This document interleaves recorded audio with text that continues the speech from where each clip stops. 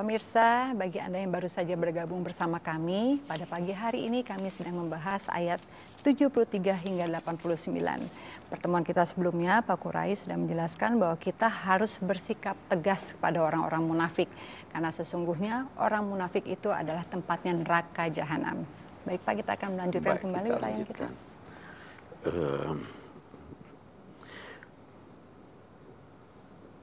Kalau mereka enggan bertobat, mereka akan disiksa dengan siksaan yang pedih di dunia dan di akhirat. Siksaannya di dunia boleh jadi dalam bentuk terbongkar malu, terbongkar dia punya kedok, boleh jadi batinnya tersiksa. Siksaan di akhirat seperti apa yang kita sering bahas. Ada lagi di antara mereka ayat berikutnya yang berjanji seandainya Allah menganugerahkan kepadanya anugerah, dia pasti akan bersedekah. Ada orang itu dalam keseharian biasa ada orang nazar, kalau saya dapat ini, saya akan begini. Ini ada di antara orang-orang munafik itu, kami akan bersedekah dan kami pasti termasuk kelompok orang-orang yang saleh. Tetapi ketika Allah menganugerahkan kepadanya anugerahnya, mereka itu kikir dan mereka itu berpaling dalam keadaan enggan menengok. Jadi ada orang jalan, saya jalan lurus, saya mau ke sini. Tapi kalau dipanggil dia masih mau menengok. Ini berpaling, tidak mau mendengar. Ya, oke. Saya ingin garis bawahi banyak di antara kita punya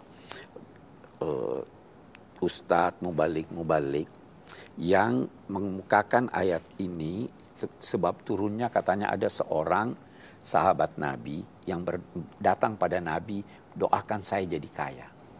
Kata Nabi, sedikit yang kamu syukuri itu lebih baik daripada banyak yang kamu tidak syukuri. Hendak Nabi doakan, maka dia didoakan. Pada akhirnya dia jadi kaya raya, tetapi karena urus bisnisnya, dia sudah jarang salat jamaah, sudah tidak ini. Satu ketika waktu turun ayat ini dia menyesal. Maka dia ingin bertobat. Tapi katanya Nabi tidak menerima zakatnya. Waktu diminta zakat dia tidak terima. Katanya tidak. Sayyidina Abu Bakar tidak menerima, Sayyidina Umar tidak menerima. Orang itu disebut namanya sebagai Tha'labah. Itu populer. Tetapi hikayat ini rasanya tidak masuk akal. Tidak mungkin ada orang mau bertobat tidak diterima Nabi. Ya kan? Jadi kita lebih baik tidak sebut nama, apalagi dengan menyebut namanya itu mencemarkan nama orang itu.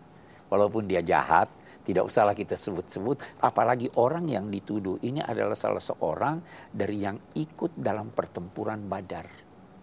Jadi jangan kita sebut nama, tapi bahwa ada yang seperti ini, sampai sekarang ada yang seperti ini.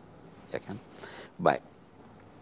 Yang penting kita garis bawahi, fa'aqabahum nifaqan fi qulubihim ila yaumi yalqaunahu. Akibat kekikirannya itu, maka lahirlah kemunafikan di dalam diri mereka. Jadi begini, saya terangkan dulu kedermawanan dan kekikiran itu apa. Ada orang sebelum Anda minta dia sudah beri Anda. Ini bagus ya. Ada orang yang baru memberi Anda ketika Anda minta.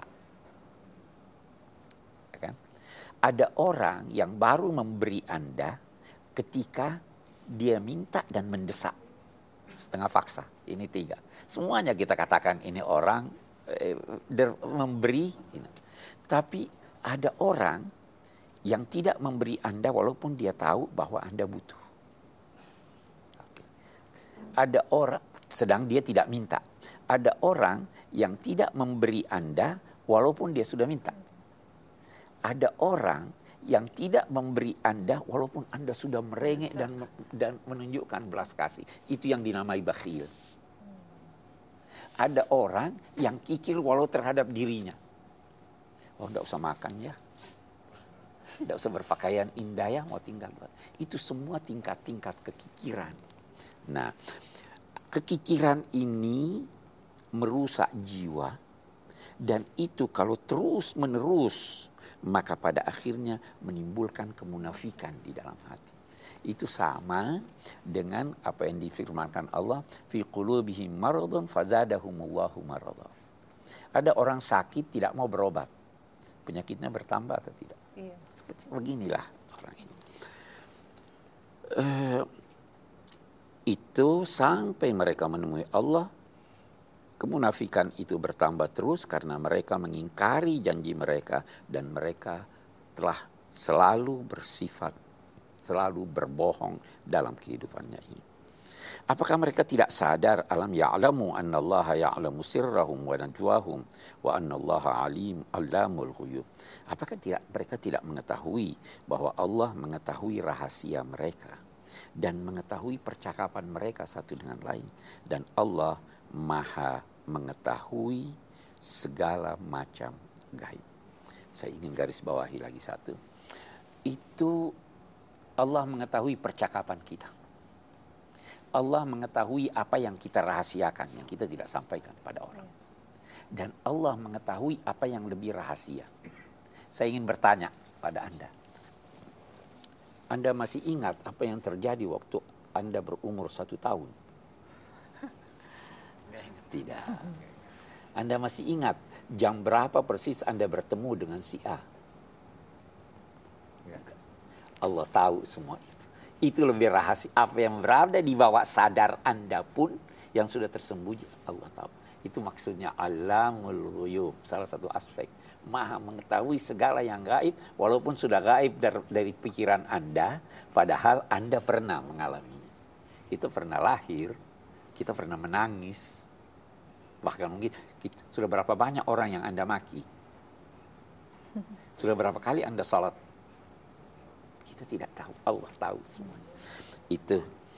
Alladzina yalmizuna al-mutawi'ina minal mu'minina fis sadaqat walladzina la yajiduna illa juhdahum fayaskharuna minhum. Ada orang-orang munafik yang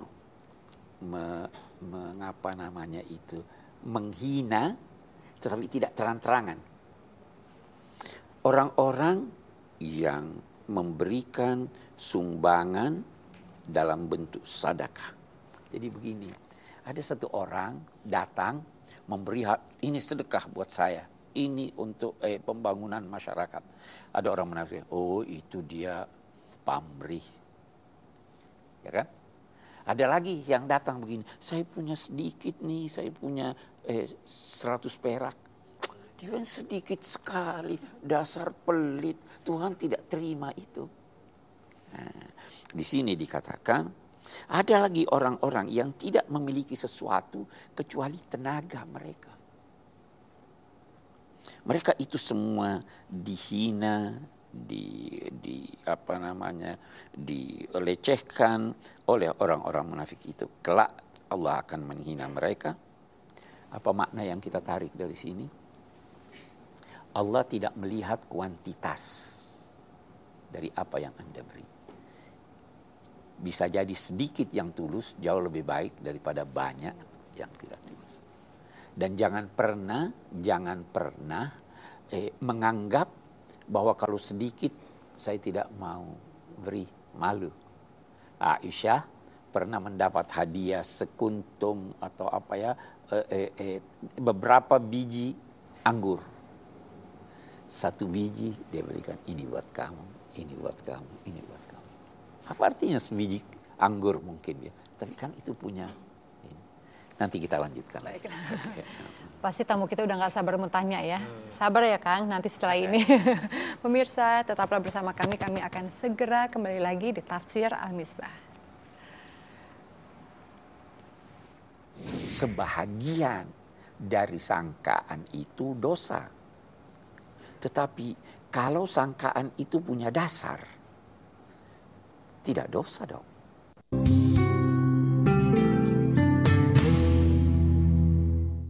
Dipersembahkan oleh Bank BRI.